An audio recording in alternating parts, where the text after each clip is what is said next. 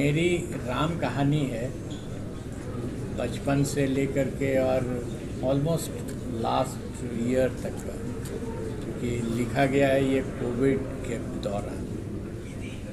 एक पूरी राम कहानी है जिसमें जो इसका सार है वो ये कि बाउंड्रीज डिफाइंड होती हैं हर के लाइफ में, बट अगर अकल से काम किया जाए तो वो बाउंड्रीज बिना तोड़े हुए उसके एरिया को एक्सटेंड किया जा सकता है and life can be made more meaningful.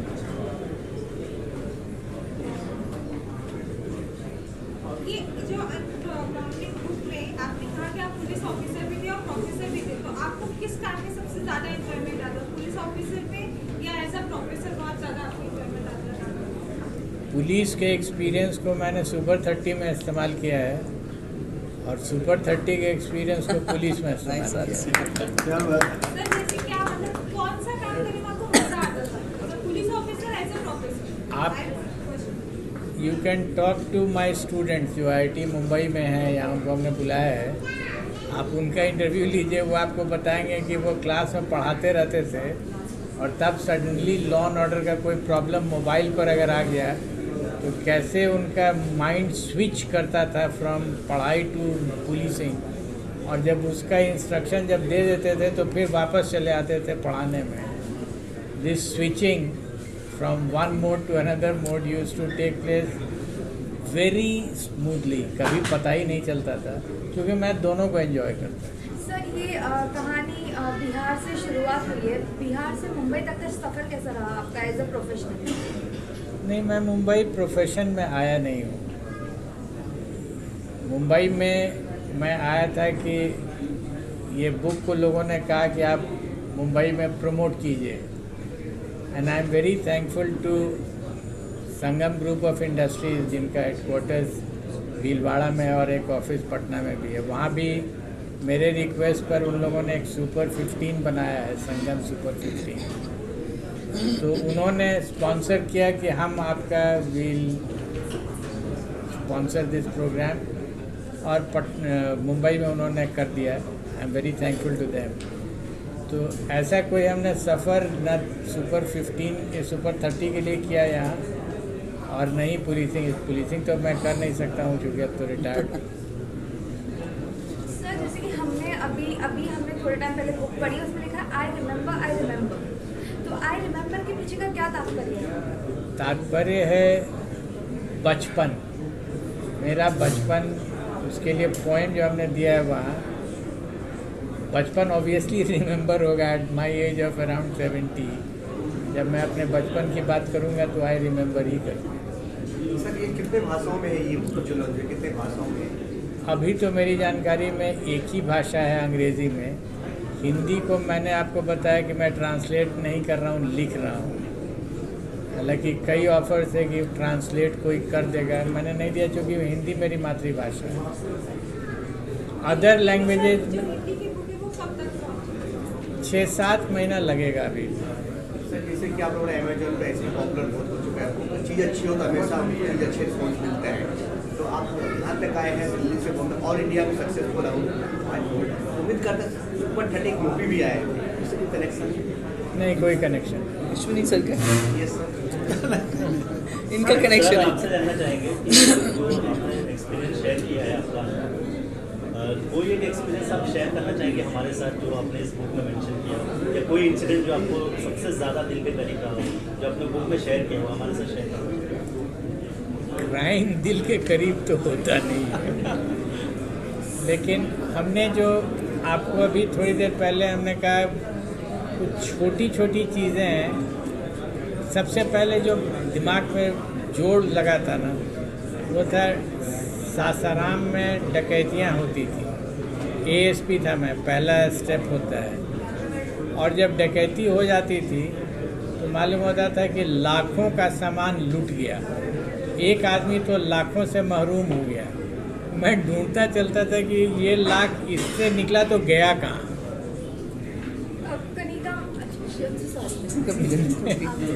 Let me complete. तो वो अगर निकल गया एक जगह से 1 लाख रुपया इस घर से, तो कहीं तो पहुंचना चाहिए उसको। और जब वो डिटेक्ट होता था तो उसमें कुछ कपड़ा मिल जाए या कुछ बर्तन मिल जाए, और हम लोग उसको बहुत गर्व से कहते थे कि केस डिटेक्ट हो गया, और हम अपना सर पकड़ के बैठे रहते थे कि गया तो लाख और रिकवर हो रहा है 1000। तो इसका मतलब कहीं तो मिसिंग लिंक है बहुत बड़ा, कौन ले जा रहा है ये। और यही हमको प्रेरित करता रहता था ये क्वेश्चन कि तुमको ढूंढना होगा कि कहाँ जा रहा है, और अगर नहीं भी मिले तो उन लोगों को इनडायरेक्टली हम कैसे ला सकते हैं इसमें। ये मेरे लिए बहुत बड़ी चीज़। इंसिडेंट हम बहुत इम्पोर्टेंस नहीं रखता। सर एक सवाल ये है कि जैसा कि उत्तर प्रदेश में योगी सरकार ने बहुत सारी इनकाउंटर किया, लेकिन आपने हथियार नहीं रखे थे। आप इनकाउंटर का सपोर्ट में है कि आप क्या कहेंगे, इनकाउंटर होना चाहिए? I don't get your question. He's asking, do you support police encounters or not? Because you had the gun and you never took it out of the holster. Yeah. I'll tell you. अगर आपके पास एक बंदूक है और आप अकेले हैं और आपके ऊपर गोलियां चलेंगी, तो उस समय कोई थियरी थोड़ा ही आएगा माइंड में कि अब हम मारें या नहीं मारें। आप अपने आप को प्रोटेक्ट कीजिएगा, वो नेचुरल है। हम लोगों की स्थिति ऐसी होती थी डिस्ट्रिक्ट में जब एसपी थे, तो कभी भी अकेले नहीं चलते थे या ऐसी जगह पर नहीं जाते थे अकेले जहाँ पर कि एनकाउंटर्स का चांसेस है। जहाँ भी जा रहे हैं एक्सपेक्टेड है कि एनकाउंटर होगा, तो साथ में आपके फोर्स रहता है। उस स्थिति में मेरे पास एक ही रास्ता रहता था कि तुम पूरे फोर्स को लीड कर रहे हो तो पूरी व्यवस्था को देखो कि वहाँ फायरिंग होगी तो लेफ्ट से होगी कि राइट से होगी, आगे बढ़ना है, पीछे आना है, फ्लैंक में जाना है। ये स्ट्रैटेजी हमको डिसाइड करनी है, वो जूनियर्स नहीं डिसाइड करते हैं। तो अगर हम अपना ही वेपन लेके फायर करते रहेंगे तो हमको पूरा पर्सपेक्टिव दिखेगा ही नहीं। That was what I was saying. Ma'am sir, आज आप यहाँ पर हमसे जुड़े हैं अनबाउंडेड के साथ, आपको लाइक कैसा महसूस हो रहा है? पहले सर जवाब देंगे। No, it's okay, I don't disturb equal word. चलिए मैं बोलती हूँ। तो जैसा मैंने पहले कहा कि आई एम वेरी ऑनर्ड, मुझे बहुत अच्छा लग रहा है कि मैं ऐसे भावों के बीच में बैठी हूँ जिन्होंने न सिर्फ देश की सेवा की लेकिन बच्चों की भी सेवा की है और उनको एक ब्राइट फ्यूचर देने के लिए काम किया है। I am very excited to read this book and sir if you will don't mind you have to sign it for me. So I am really happy and मैं आप सबको फिर से थैंक यू कहना चाहती हूँ क्योंकि मुझे पता है गणेश चतुर्थी का ये वीकेंड है और सब अपने घर में आराम करना चाहते हैं और आप संडे के दिन यहाँ आए सुबह सुबह। That's really wonderful and thank you to my friend Anil Morarka ji जो हमेशा अच्छा काम करते हैं और अच्छे कामों में सहयोग देते हैं। So I am very happy, thank you. Ma'am अगर आपको मौका मिले बुक के जो स्टोरी है बड़े पर्दे को उतारने के लिए, तो कहाँ तक कुछ हो सकता है स्टोरी? देखिए आपको पता है मुझे पहली बार पता चला कि सुपर 30 के इन्वेंटर ये थे। लेकिन आज तक मैं अश्विनी जी को मानती थी लेकिन अश्विनी जी ने बहुत बड़ा योगदान दिया है सुपर 30 में। So I am very happy that ऐसा, लेकिन ऐसे एक पुलिस ऑफिसर के ऊपर ज़रूर फिल्म बननी चाहिए जिसने इतने बड़ा ओहदा उन्होंने प्राप्त किया लेकिन उसके बावजूद उन्होंने कभी अपना गन इस्तेमाल नहीं किया। आजकल पुलिस ब्रूटैलिटी वगैरह हम बहुत देखने को, आजकल क्या बहुत पहले से है और देखने को मिलता है। और पुलिस आप देख रहे हैं हमारे देश में जैसा जो चल रहा है, स्पेशली यूपी बिहार में पुलिस लोगों को पटक रहे हैं, पीट रहे हैं। कोविड के दिनों में तो उन्होंने आतंक ही मचा दिया था। तो हालांकि उनकी भी अपनी प्रेशर्स होती हैं, उनके ऊपर भी बहुत सारे प्रेशर्स होते हैं, उनकी भी सिचुएशंस बहुत मतलब इतने क्या कहते हैं not very conducive situations. But ऐसे पुलिस ऑफिसर के बारे में ज़रूर एक फिल्म बननी चाहिए, डेफिनेटली।